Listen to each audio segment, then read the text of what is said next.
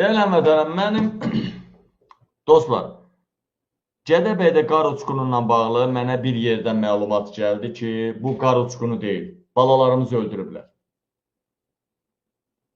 Mənə bir məlumat gəldi ki, balalarımızı öldürüblər. Mən sözün açığı həmən adamı acıladım. Problem yoxdur, sonra sənin başın ağrımaz ki. Mən yəni sənə görə deyirəm, başın ağrıyar sonra. Dəyərli həmvətənlərim, dəyərli soydaşlarım, qar uçqununla bağlı Gədəbəydə hadisələr olan kimi mənə yazdılar ki, əslində yalan deyirlər. 8 nəfər yaralananlar və dünyasını dəyişənlər var. Əslində bu qar uçqunu deyil. Mən inanmadım. Sözün açıq həmən adamı da acıladım.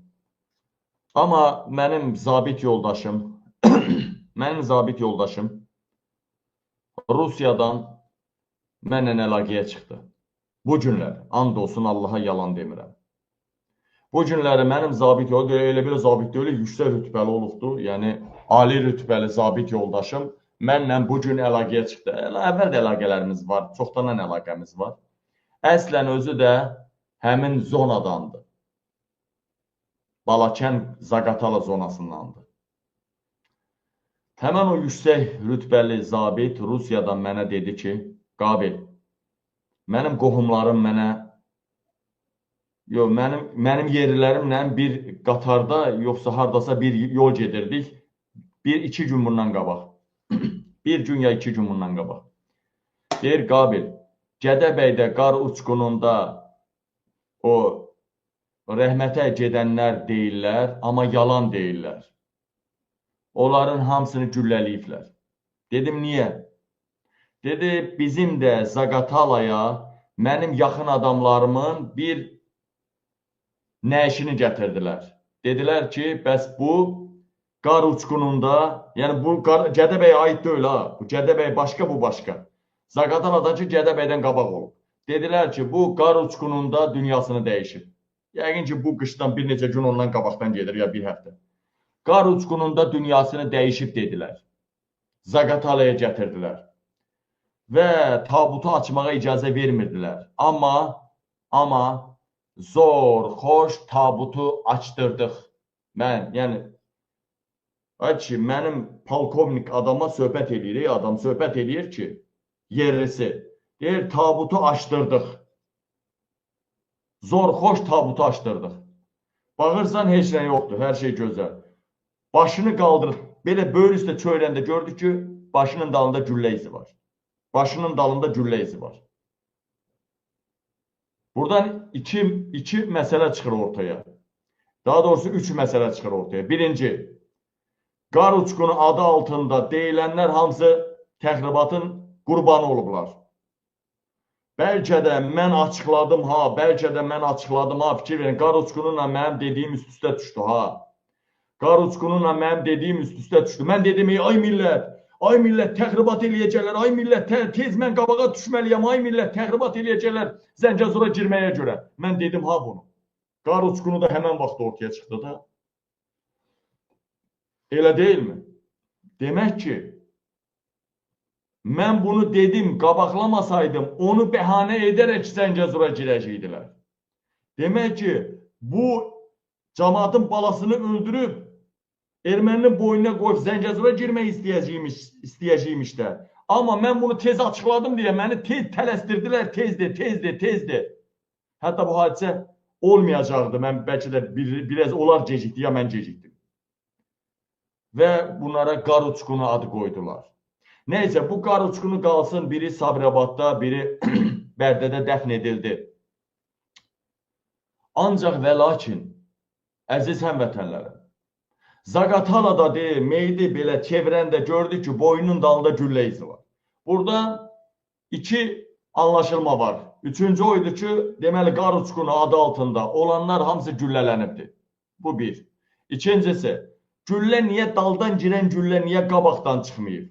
Sual verirəm sizə. Daldan girən güllə niyə qabaqdan çıxmayıb? Niyə? Cavabını verirəm sizə. İki halda qabaqdan çıxmaya bilər. İki halda. Birinci hal, ya müəyyən hesablayaraq başının dalında, yəni yaxından hədəf alınmasın deyə, uzaqdan hədəf alınıbmış kimi araya şey qoyub üzərindən güllə atıblar, taxtanın deyək, ya böyük bir paltarın nəyinsə də, nəysə bir, deyək ki, subbaçokunun ya güllə, yəni zəif giribdir, belə deyək də, zəif giribdir. Ya belə ola bilər. Bu da elə tələm-tələsik məqamda bu mümkün olan şey deyil. Bunu eləmək mümkün olan şey deyil. Hələ nəzərə alın ki, bizim DTX, FSB bunlar çox iz buraxırlar əməliyyatlarında. Və təcrübəli məni kimi adamlar o izləri tuturlar. Burada nə anlaşılır? Tapança ilə vurublar. Təxribat, ermənilər gəlib, tapança ilə yatdığı yerdə, adamlar əskərlər çox vaxt deyə yan üstə, yağız üstə yatır axı. Tak-tak boyunların dalına vurublar. Hamısını tak-tak boyunların dalına vurublar. Tapanca gülləsi buradan girəndə elə yerlər var ki, girəndə orada tez soyur və o buranı deşib keçmir də, qalır içəridə. Və deyilən vətənlərim, bu bir daha mən deyənə subutdur niyə? Bu bir daha mən deyənə subutdur niyə? Baxın, mən demişdim, terror qrupunun biri qabaqdan girəcək. O biri terror qrupu da dalda öz işini görəcək. Axı sərhədlərdə aparaturalar var. Hardan güllə atıldı sırası aktivləşir və birbaşa kamera ilə çəkir. Və gecəni günüz kimi göstərən sistem də var orada. Amerikalılar quraşdırıb hər şeyi. İlham deyir ki, yaxşı, siz deyirsiniz ki, kamera var, eləmi? Allah, bizim bir qrup, FSB ilə xarici kəşfiyyatın bir qrupu gedir, fırlanır, qabaqdan gəlir. Bu en sayılı tağıma hücum eləyəcək. En sayılı tağımın da yanında əvvəldən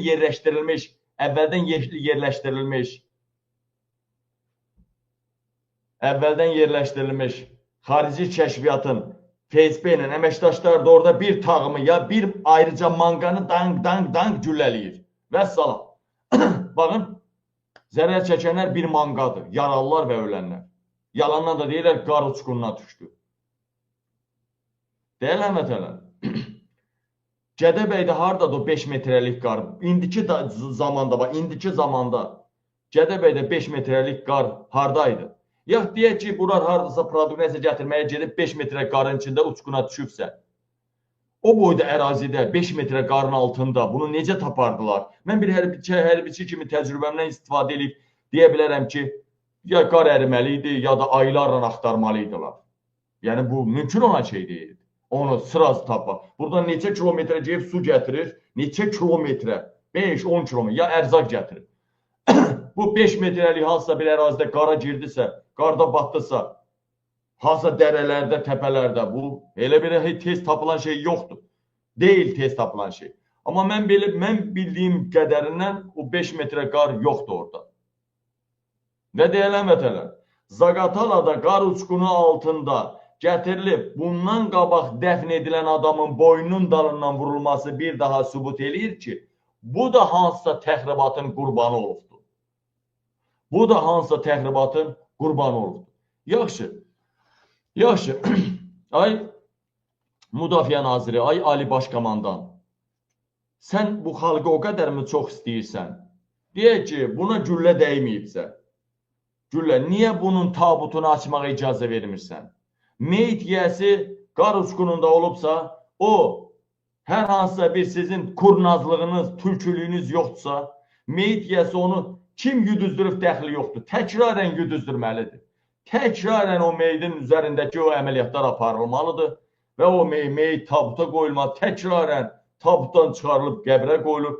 Bu nə adətdir? Bu nə deməkdir ki, tabuta peçatdan mələfiyə pükürlər, özləri yuyurlar, güya yuyurlar, mələfiyə pükürlər, mələfəni də tikib peçatlayırlar, tabuta qoyurlar, tabutu da açanda birbaşa orada, və niyə orada tökülür, gəlir hərbiçilər, polislər, şəhidi sevirlər güya, yox, gəlirlər o ağ mələfəni açıb, hardan güllə, hara dəyib bilməsinlər.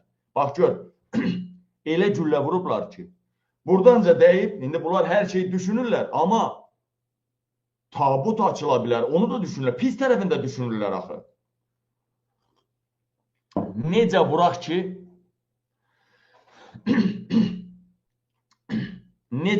ki, bu adam necə vurulsun ki, bədənində güllə izi görülməsin. Əgər avtomatla vursaydılar boynunun dalından, buradan bu boyda, bax, sifət yox idi, bu boyda deşik açacaqdı o güllə. Tapança ilə vurublar, beynin içində qalıb. Girdiyi deşik balacadır. Ancaq barmaqla təcrübəli hərbiçilər tapıb onu. Saçın arasından gülləni. Yoxsa adi avtomatla nəynənsə vur, çıxdığı yeri dağıdır, girdiyi deşiyi tapmaq olmur. Belə əti oynadan da girsən, pıqq elədi, qan çıxdı.